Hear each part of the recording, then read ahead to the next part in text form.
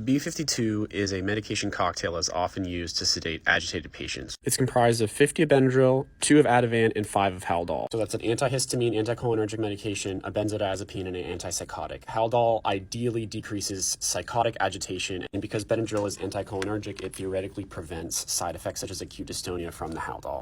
Ativan, of course, is a benzodiazepine, which will just make you feel sleepy. This combination is preferred because it ideally sedates someone without affecting the respiratory drive, as loading someone up on a benzodiazepine alone would. We have GABA activity, we have histamine activity, we have anticholinergic activity, and we have anti-D2 activity. So we sprinkle across all the receptors without hitting one way too hard. Which leads us to the cocktail's namesake, the B52 Stratofortress Bomber. The metaphor of bombing someone with medications I don't like too much. It feels a little violent. I think earlier, even this year in my career, I was more okay saying it, but I don't really like the optics of it too much. Also, in general, I find that 50 of Benadryl, 2 of Ativan, and 5 of Haldol is a bit overkill for most situations, and I would prefer to just give someone the minimum amount that I think they'll be able to tolerate and come down from whatever situation they're in. This is especially true in older patients where antipsychotic use for agitation increases the risk of death by 60 to 70%. I think I read somewhere that the number needed to harm giving an antipsychotic to a geriatric patient is about 40, and the rate of accidents for base jumping is about 1 in 40. So anytime that I have to convince myself to be willing to give a geriatric agitated patient antipsychotic, I, in my head, make the analogy that